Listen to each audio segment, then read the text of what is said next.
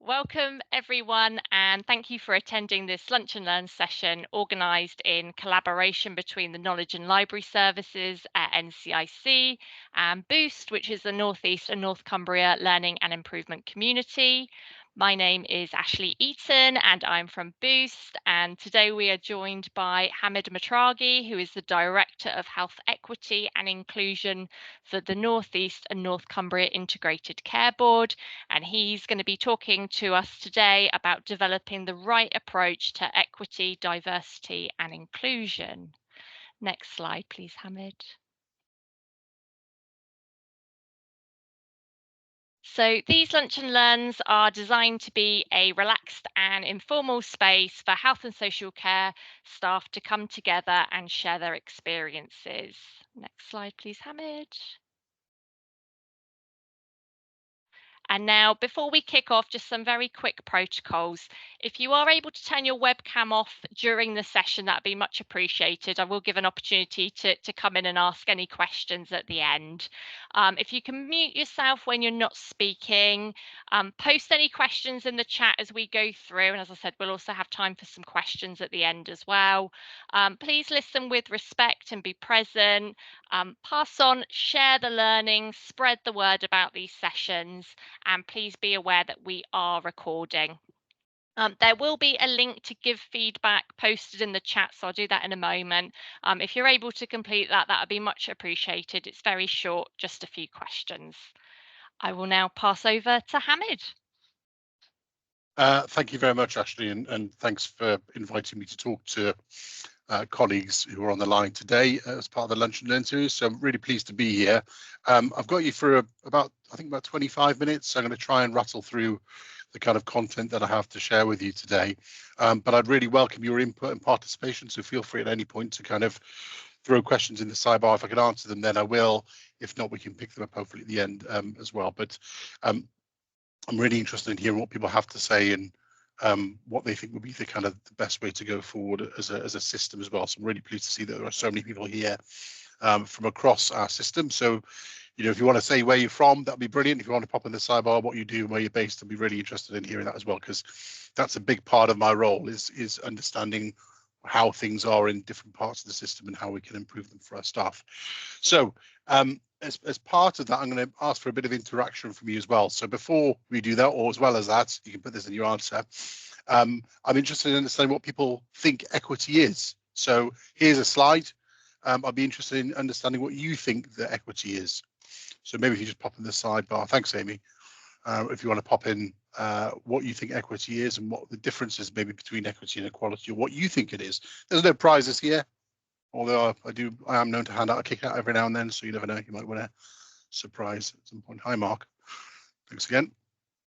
So yeah, tell me what you think about what equity and equality is and what the differences are and what we're trying to do there. And I'll give you what I think it is and why it's important to our people, and indeed why it features in part of my role as well. Hi, Kirsty. Good to see you here. Equal rights for all people. Yeah, treat them the same as everyone else. Yeah, good. Okay. Hi, Joe. Good to have you here from sunny Sunderland. Good. Hi, Melody. Hello, Tracy. So tell me what you think equity and equality is. So previously we talked a lot about equality, and equality is, thanks, Nick, about removing barriers for everyone else to have access. Yeah, great. Yeah, brilliant. So yeah, equality typically was treating everybody the same, which sounds sensible. Why would you not want to treat everybody the same and everyone receive the same sort of treatment? But equity is about recognizing that people have different starts in life, different experiences, and recognizing them as individuals in different circumstances. So where people maybe have not a great start in life for whatever reason, that we put resources, we are aware of that, and we start thinking about how we can actually try and almost use that awful phrase, level up a bit as well. So the difference between these two ones here is everyone's on the same platform there in the equality, and you can see that some people can't reach the board or they can't reach the full board.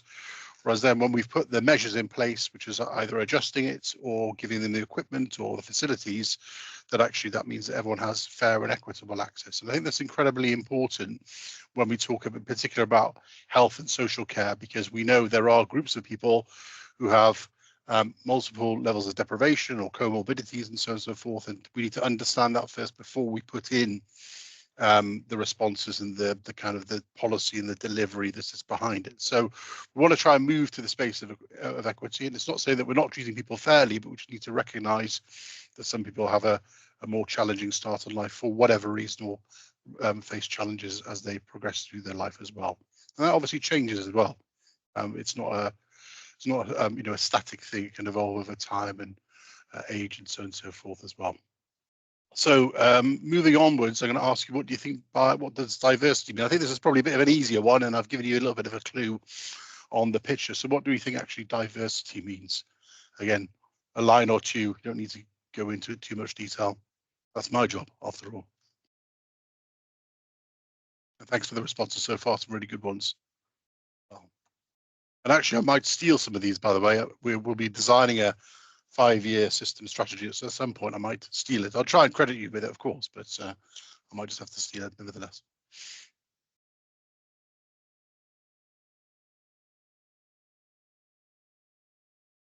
Good, thanks, Nick. Differences between us in our characteristics, culture, etc. Yeah, understand each other's background, preferences, needs. Yeah, really good. Good. Thanks, Brownie. Yeah, good. Good. So, I mean, diversity, what I've put down is the range of people within your workforce. And that might mean people of different ages, different religions, ethnicities, people with different levels of ability or disability, different sexual orientations, men, women, different gender identities. But it's about valuing those differences and recognizing the benefits that that difference brings. So again, if we all thought the same, we all acted the same, you get a very homogenous approach. But recognizing and understanding diversity means that we can, perform our best as an organization, but also we can reflect hopefully the communities we serve and deliver our services in a way that is appropriate and suitable to them as well. And of course, diversity of thought, experience, opinion, they're really valuable things as well. And then lastly, I'm going to ask you what inclusion means. Again, pretty simple. What does it mean to you?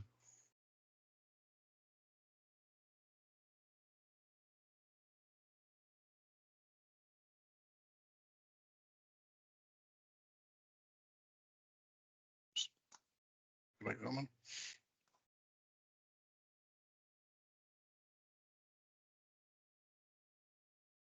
Yeah, Bryony, thanks. Choice to include everybody. Yeah, great. We obviously want to think about how we can be more inclusive. So we might think we're including everybody, but inadvertently we might not be.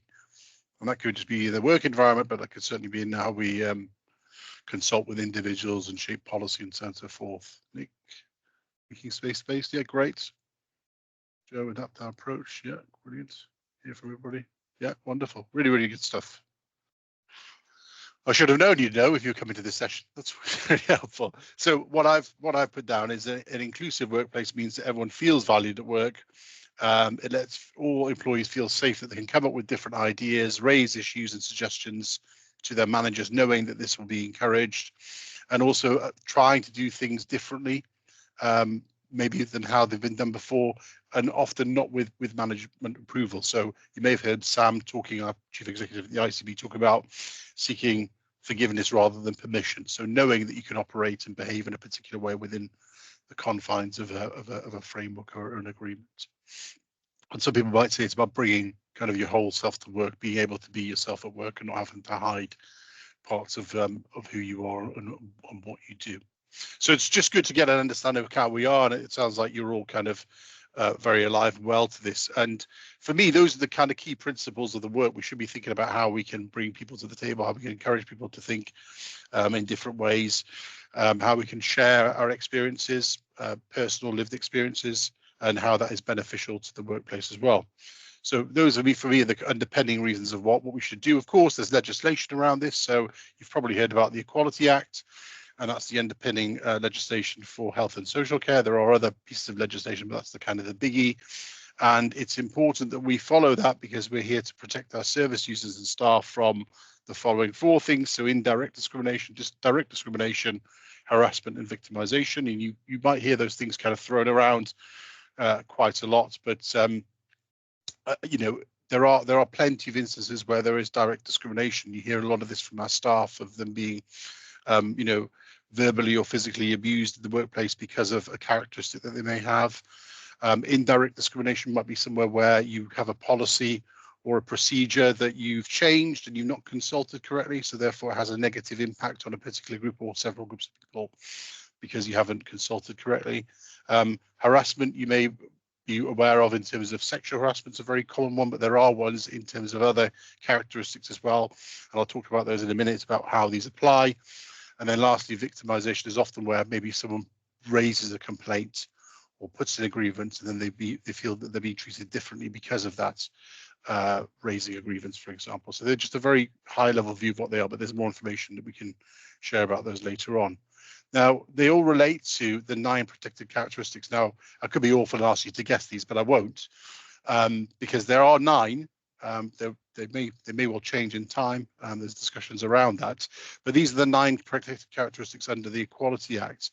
Now, it's worth saying we're not just one characteristic. We're not just a gender or ethnicity or a disability or so on and so forth. We are multiple of these. So every single one of us will fall into about 4 or 5 of those categories, and then some of us will add into other of them. And some of them can change. I mean, obviously, pregnancy, maternity is a great example, or disability that will evolve over time potentially or change. You may change your sexual orientation or your gender. You may change your religion or belief. Some of those things are fixed, but the thing is, I will say, is people can self-declare and choose what is appropriate to them. It's not for someone to tell you what you are or you aren't. It's for you to decide. So it's a really important point that I have to get across there. So just to remember that we're all of a number of characteristics, and that's why we ask questions of you as an employer. We ask you to fill out ESR. So there's often questions about this. We need to be able to understand and monitor our workforce, but also our population. So again, to go back to what I was saying before, we can deliver our services in an appropriate way. Now, the people who look at this are our colleagues in the Equality and Human Rights Commission. They're the body that oversees the Equality Act, and in particular a piece of legislation called the Public Sector Equality Duty as well, which is something that is applicable to public bodies, NHS being one of them, social care, local authorities, education, and so on and so forth. So the Public Sector Equality Duty puts additional steps on us to eliminate discrimination of protected characteristic groups, advance equality of opportunity. So where we see an inequality, how can we support that group to have more equity? And then also to foster good relations between different groups of people when carrying out our activities. So it recognises that by changing things, you could cause some tension. So how can you allay that tension between those different groups? It's quite a complex bit of legislation. It's something that often people do forget about. And Nick, you just made a really good point there about kind of how do you look at characteristics that aren't covered by the Equality Act. That's absolutely something that we're trying to do within the ICB, is to go above and beyond the Equality Act. So looking at other characteristics. So for example, the menopause, you may have heard that spoken about, colleagues on the line may have heard that talking about having that moved into the Equality Act. Recently, Parliament decided against that. But actually, I'm sure in time it will become something that is a protected characteristic. But what I would like us to do in the ICB is to treat it as it is, protected characteristic, and behave in a way that people can get the support that they need and reasonable adjustments as we see fit as well, and go above and beyond what is in the Act as one example. So just moving on. So the ICB, as I mentioned, have already got specific duties, which is where I work at the moment, and it's to make sure that we set the direction and performance and good governance of our organisation on equity, diversity, and inclusion. And there was a recent report, the Messenger report in 2022, it talked about leadership in the NHS, and it talked about providing a step change in the leadership of EDI, of every leader and every member of staff. So it's incumbent on all of us. It isn't just down to me, my role, or the executive team. And I'd like to think that's one of the reasons why this role was brought in, to recognise the importance of it and recognise the work we do. So I'm not going to kind of go through it in loads of detail because I've got a few slides, but I want to show you some of the stuff that's kind of going on and why this is important. We've talked about the kind of the moral and the ethical case, but actually from a business point of view, it's really important. So there's a few kind of things I've chucked on here in terms of data. So Glassdoor, which is kind of like a recruitment site, you may have been on it. They published a report in 2020 that said 75% of respondents said that a diverse workforce is important to them when evaluating companies and job offers. Certainly when I go looking for an employer or looking at other companies, I will go on and see what they've got in terms of equity, diversity, inclusion, and that is becoming an increasing thing for many people joining the workforce, or indeed people who are in the workforce looking for a different route. And that rises to 80% for Black people and 79% for LGBTI plus people, who obviously they surveyed as part of that. The WDES report, which is the Workplace Disability Equality Standard, some of you may have heard of that. So it's a measure that's been going on for several years within the NHS, looking in particular at provider trusts. That showed that trust they rated as outstanding in the Care Quality Commission well-led domain showed better evidence of engagement with disabled staff. So that's a really important metric as well. And then a big kind of global one is McKinsey. They're like a big blue chip consulting company, and their research over several years, you can see the report dates there, have shown that gender diverse companies are 15% more likely to outperform their peers, and ethnically diverse companies are 35% more likely to do the same. Now, there is obviously lots more evidence out there, but I'm just giving you a flavour, and there's some more kind of UK-centric approaches if you wanted to do that, but I just wanted to give you a flavour of some of that. Now, unfortunately, on the negative side, there is some. So starting on the top right-hand side, it says here that discrimination is highlighted in the RCN, Royal College of Nursing report of 2022, that demonstrated that Black, Asian and minority ethnic nurses are half as likely as white nurses to be promoted. And there's lots of other evidence around that. 59% of trusts have 5 or fewer disabled staff in senior positions, 8C and above, including medical consultants and board members. And that's from the WDES report that I mentioned earlier of 2021. So we've not got a reflective amount of disabled people anywhere, really, in those 59% of trusts. And then in the 2021 National Staff Survey, the percentage of staff saying that they're considering leaving the NHS, excuse me, rose from 26% to 31%.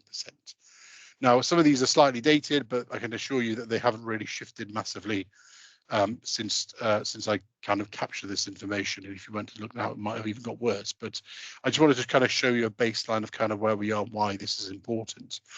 Now, the other thing I'm going to show you is a report from colleagues in the RES team at NHS England that actually showed that better treatment of staff created better outcomes for our patients. Now, that's what we're here to do in the NHS, aren't we? We're here to look after our patients and provide best outcomes. So here on the left-hand side, the RES Workplace Race Equality Standard team in NHS England, who do a very similar thing to the WDES team, correlated organisations with better RES metrics had a better overall staff vaccine uptake in the first vaccine uptake in 2021.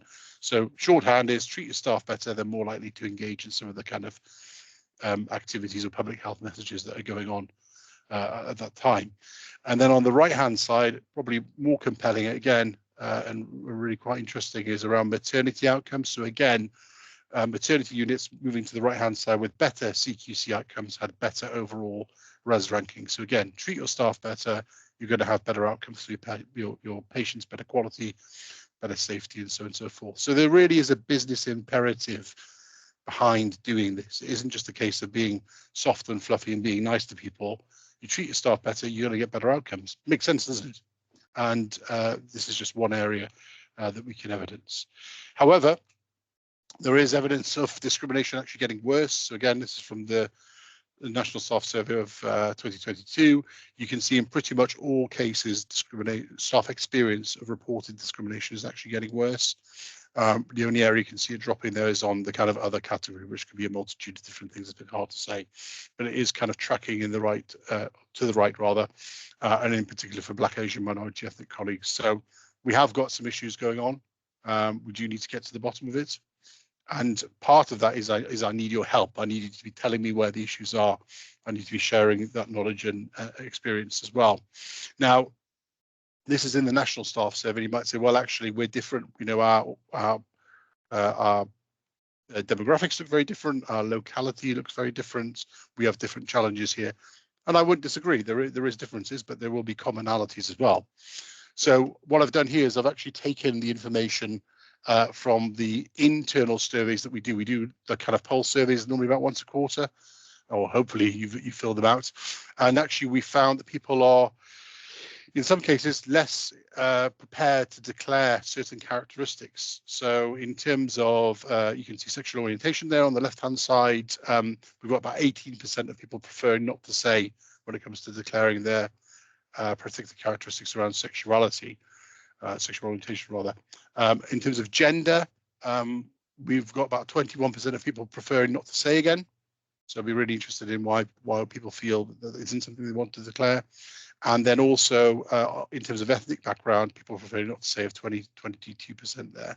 Now, what's interesting is if I then look at their ESR data, in most cases, people are quite happy to declare their sexual orientation, their gender, and their ethnicity rather.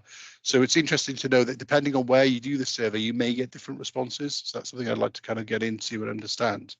But probably what is more telling is around disability.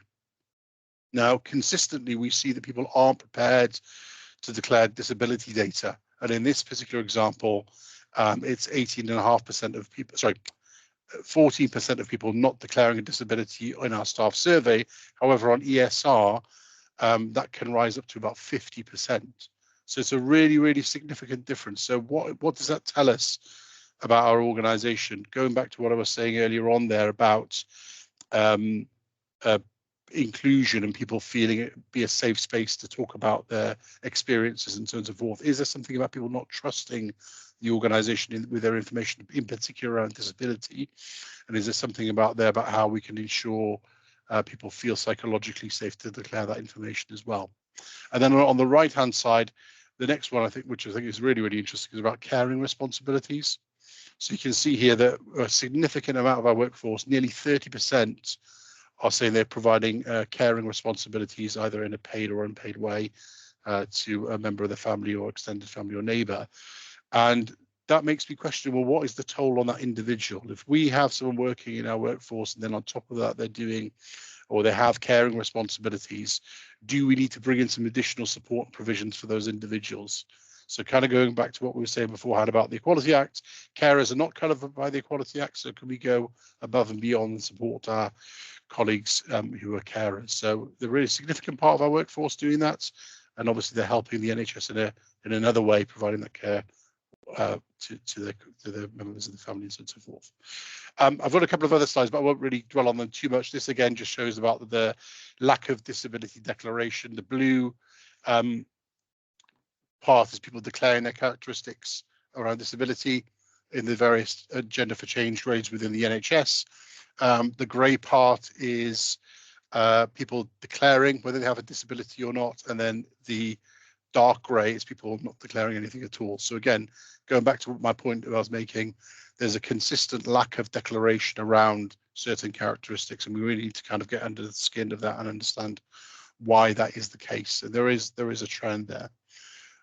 So, and then just moving on in terms of representation, again, I'm showing you lots of data here just to kind of give you an idea of the picture, and I'll talk about the solution hopefully in a moment.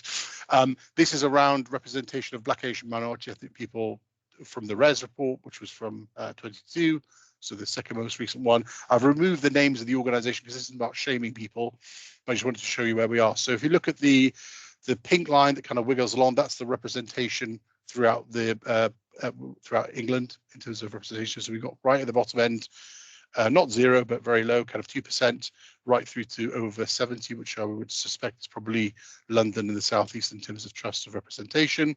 The two dotted line is the average, so you should really be within the average there, hopefully at the top end rather than at the lower end. And then you can actually see the purple line going down is the average within Northeast North Cumbria. So we're kind of outside of the average. Our best performing trust is 12.6% Black, Asian, minority ethnic. Our lowest performing is 2.1%. Now, bearing in mind that 40% of our doctors in the NHS are identified as Black, Asian, minority ethnic, and only 20% of our nurses declare as Black, Asian, minority ethnic, there's a big chasm there to be made. So again, I'm posing that question, why is that? I'm not saying I have the answer, but I'm interested in your thoughts.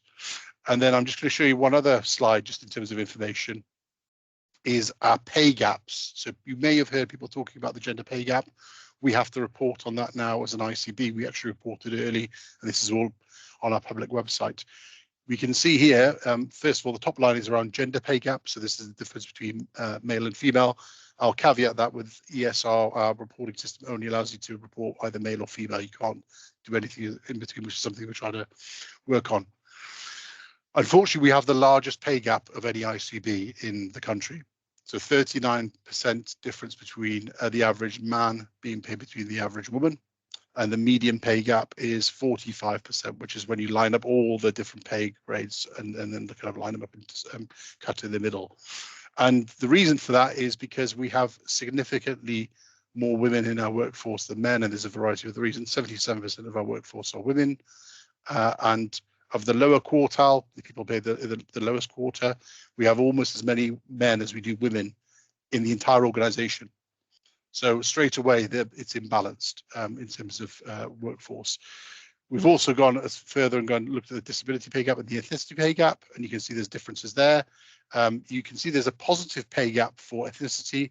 And again, the reason why that is because we have so few Black, Asian, minority ethnic people working in our organization, and the majority of them at the upper end of the pay scale. So again, it throws it the other way. What about disability? You probably understand we can't really draw any real conclusions because we have so little data. So it's skewed both ways. We can see we've got a bit of a mountain to climb here. The reason why I'm showing you this information, I just want to show you some of the challenges that we have. So if people ever say to you, this is nonsense, we shouldn't be doing this, you can see that there's a really big issue here. And I'm not blaming anybody, I'm just saying that's where we are as an organization. So I'm just going to move through the next couple of slides and actually take you to the bit that we're actually doing, because I can see Ashley's come on the screen and she's before she tells me off. So some staff demographics, if you want to check them out, go and look on the ICB pages. Tells you a bit more information about what I've already said already. It's important that we look at things like the workforce healthcare inequalities. So I've already mentioned some of them. We can't just look at our external focus. We need to look internally as well, but recognizing that in our part of the country, it's not core 20 plus 5, it's actually core 30. So 30% of our people are living in deprivation. And recently, through some other work, I found out that 68% of babies born in northeast North Cumbria are born in the top 2 deciles of deprivation. So well over half of babies, and we talk about getting a better start in life for young people, are born into deprivation straight away. So go back to the equity point. We're way on the other side. We need to really think about what we're doing there. So what's next? Just very quickly, we created a 1-year interim strategy that we delivered within the last reporting cycle. We're looking to build a 5-year system strategy. So one of the reasons why I'm talking about this here and giving you all the information is I'd love for you, if you're part of our system, to come forward and tell me how we can work together and what your ideas and thoughts are on what work you're doing to improve the equity diversity outcomes for our people. So our vision was about creating the most equitable and inclusive integrated care board in the health and social care sector, creating fair outcomes for all.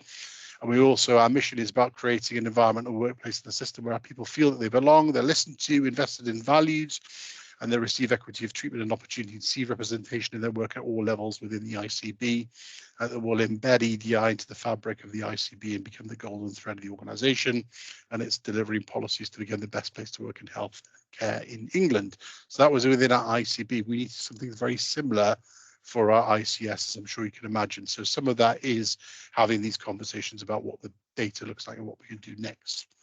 So the objectives were about improving EDI capability and knowledge, and definitely those of you who are in the ICB, this is part of it. But what I would like to think is that you're getting some of the training, you're getting access to some of the information that you need to. You will see some of the events and the comms that we're doing as well, that continue to go on throughout the year. So I hope you've been along to some of them. I know some of you have been there, I've seen you there, which is good news. And we've provided training on to our very senior leaders on things like equality impact assessments and the public sector equality duty as well. We'll be legally compliant and confident. I've already talked about that already, about the 9 characteristics, but going out above and beyond just legal compliance. It isn't enough just to tick a box and say we've done that. We want to be constantly exceeding, really pushing the boundaries. And then very lastly, that one about being consciously inclusive. That's the key thing here, is that people feel that they're being listened to, and that they can work and be involved in shaping the future of the organisation, indeed our system, to create the best outcomes for everybody. So I know I've thrown lots of information at you. I'm really, really sorry. I'm probably reflecting on that, thinking I should have done it slightly differently, but hey, that's life. But if you want any further information, get in touch. Here's my LinkedIn profile if you want to drop me a line, or you can drop me an email separately. I'm doing that intentionally because I know not everybody here is from the NHS in particular. But Ashley, I'm going to hand back to you, and apologies for running over time a bit as well. That's all right, Hamid. Sorry. Thank you ever so much. Does anybody have any questions at all for Hamid? We've probably got time for a very quick one if anybody has anything. Nick. Yeah, thank you. Yeah, it was just a really quick one, hopefully. I noticed when you shared the sexual orientation statistics that there was only 4 fields on there, and I wondered, was that because the other ones were all 0%, or was it the other ones weren't there to choose from when that survey was completed? Just kind of wondered the choice that was available. It's a good question. I think whatever the choice is probably not enough. So I know within ESR you can only choose male or female, which is completely wrong. We need to get that sorted, but actually that's held at NHS England level. In terms of the staff survey, I honestly don't know off the top of my head, but what we are doing is we're creating a new kind of, and actually we've been doing this with the Boost team, actually, I don't know if you're familiar with it, is where we're doing, when we ask people to fill out their characteristics, we've built a much more comprehensive list for people to choose from. And of course, there's always going to be the other box, and there'll always be the prefer not to say box should people wish. But it's something that I think we need to constantly evolve and look at. It's not something that can be fixed, but we do need to establish a better baseline. But I will say, I'd really encourage people, if it's the only thing they're going to do today, is go on ESR and just check your details are correct. Because often when you've moved around, they kind of fall over, or they may not transfer through. So if you can, I'd really encourage you to go on ESR, and indeed encourage your other colleagues to do that too, please. Brilliant. Thanks, Hamid. And is there anything else individuals can do? I think just keep on being curious, keep on asking the questions. You know, I mean, we're very lucky in our organisation that we have brilliant people working in it, and lots of people are keen to put themselves forward. I know Nick in particular has done some wonderful blogs for us, and we had a colleague Deb doing one for Easter. You know, we really want to recognise and celebrate the diversity of organisation. It isn't just about one group or one underrepresented group. So if you want to be part of it, drop us a line. Say, I'd like to come and talk to you about this, or I have an idea, I'd like to explore this. I'd like some more information. That could be just about you, but it could be in your area of work. If you need some policy help or guidance or something of that nature, we can connect you up. I mean, I can see Merenice's on the line here, who works for one of our wonderful VSE organizations. So we have some brilliant contacts who can provide you with, you know, extra information that maybe we don't have to have, but we can certainly find it elsewhere. And that's where we need to pull on the strength of our system to start making a difference as well. Brilliant. Thank you so much, Hamid. And thank you, everybody, for attending. I'm conscious of time. We've run out. Again, we'll just put a link to be able to give feedback in the chat box shortly. Our next Lunch and Learn session is on the 9th of May at 1 p.m, where we will be joined by Professor Amit, who's going to be talking to us about improving outcomes in patients with heart failure across Tees Valley. I will post a link to that session in the chat if you'd like to find out more. We hope to see you there. Once again, thank you to Hamid, and I hope everybody enjoys the rest of their afternoon. Thank you. Thanks, Ashley. Thanks all. Bye.